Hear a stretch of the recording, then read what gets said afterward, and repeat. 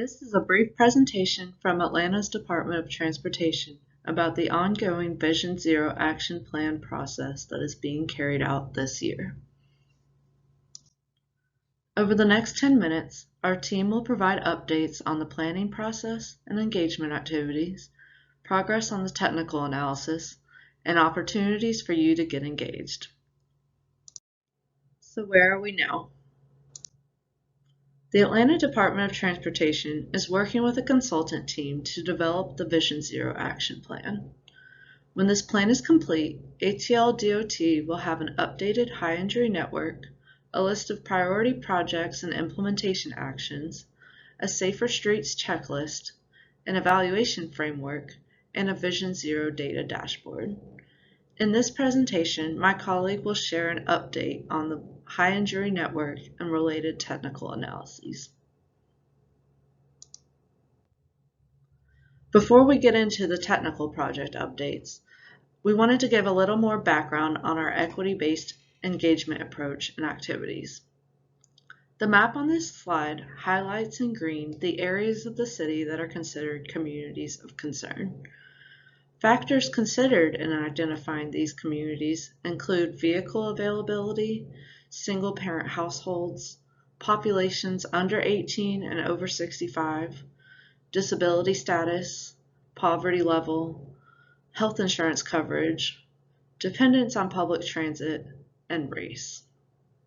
Of the city's 25 NPUs, NPU-P, NPU-R, and NPU-Z are the most impacted by vulnerabilities and lack of transportation access. In-person engagement activities and communications are being prioritized within these communities of concern.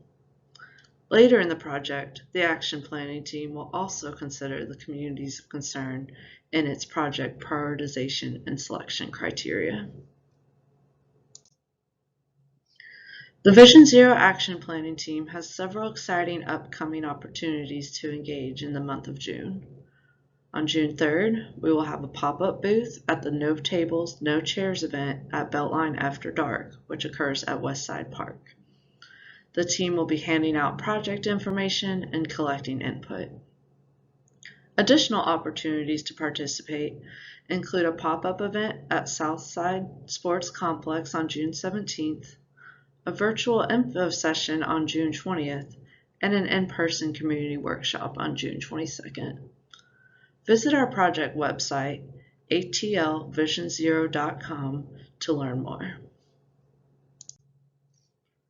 Next, my colleague will share an update on the technical analyses completed to date.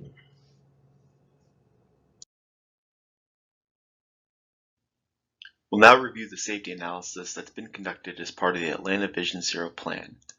The safety analysis covers three main sections: a high injury network, otherwise known as an HIN, a systemic safety analysis, which is a more proactive approach to addressing risk on Atlanta's roads, as well as a section on how these priority areas are mapped and how they can inform priorities later in the plan.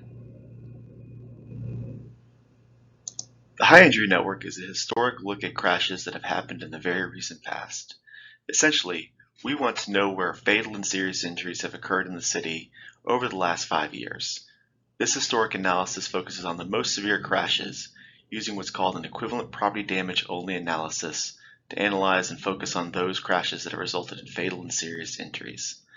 As you can see on the map on the right, roughly 75% of fatal and serious injury crashes have occurred on roughly 11% of Atlanta city streets. This considers crashes between 2017 and 2021. Although this analysis didn't include interstates, it does illustrate that many of Atlanta's safety issues occur on a relatively few number of roadways.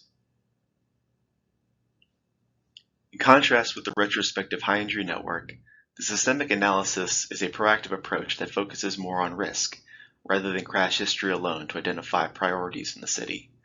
It shares many common themes with what's called the safe system approach, namely that safety needs to be proactive, that humans are vulnerable, and that humans make mistakes.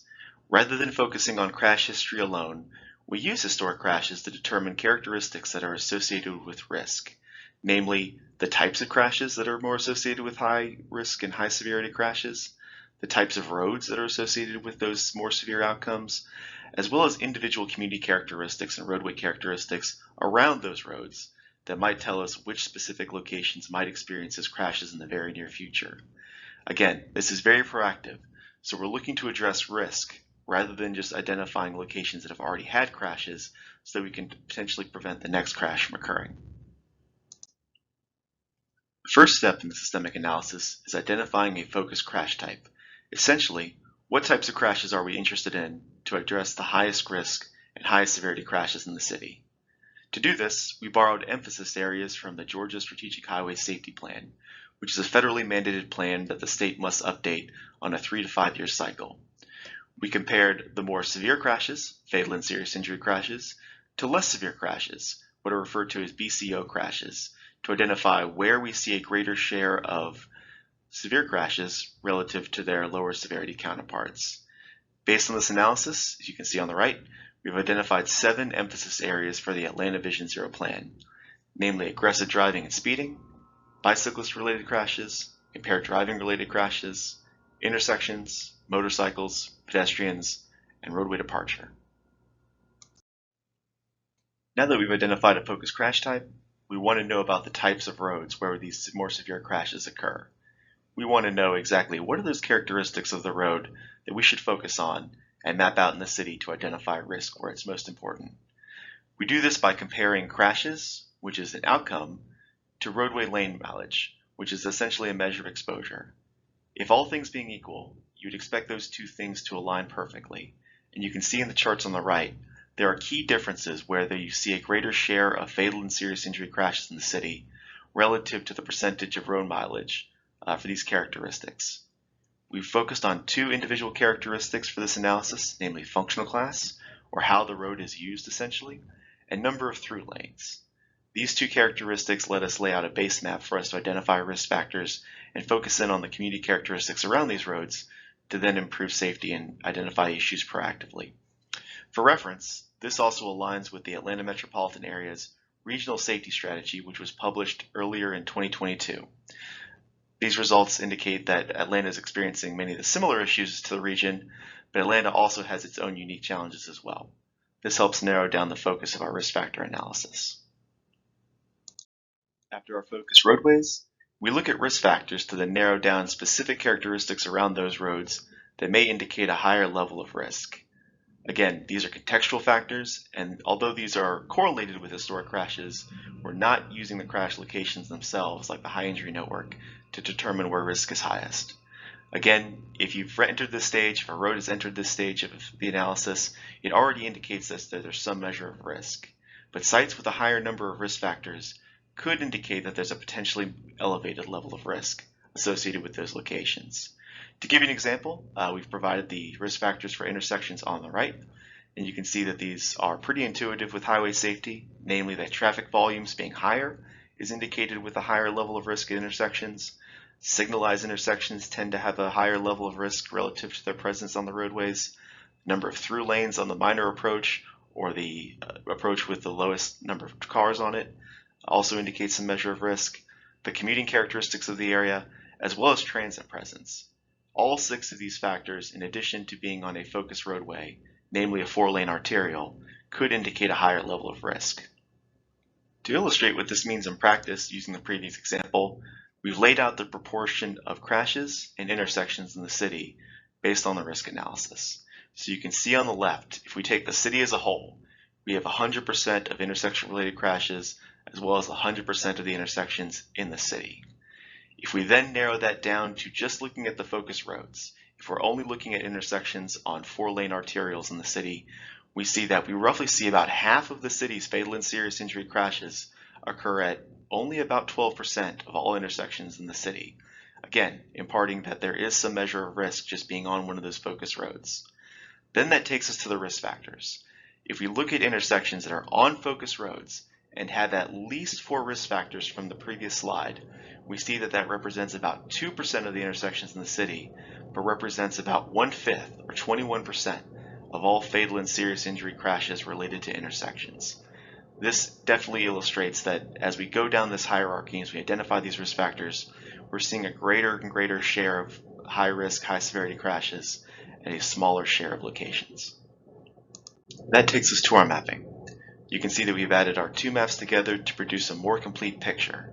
First, we take the high injury network, which is more reactive, where we've seen issues in the recent past, and combine it with the systemic approach in the systemic maps, which are more proactive, where risk is highest, even if we haven't seen crashes at those locations in the recent future.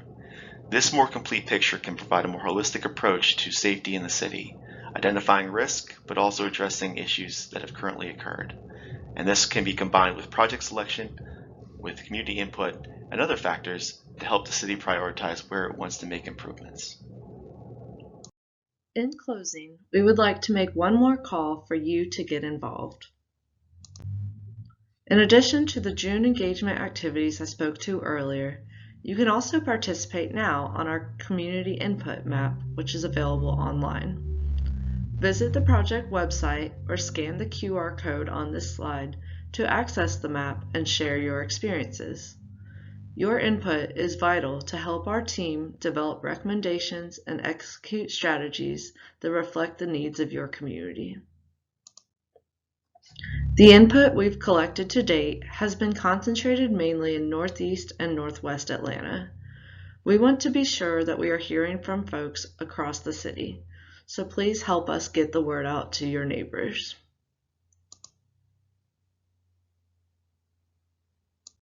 The project team is also currently collecting testimonials and stories from the Atlanta community. If you or someone you know has been injured or killed in a car crash, please send an email to the address here. If you would like to send any additional comments or ideas you would like to share with the project team, you can also use the email address shown here. Lastly, be sure to follow ATL DOT on social media to get the latest updates on Vision Zero. Thank you for your interest in the Vision Zero Action Plan.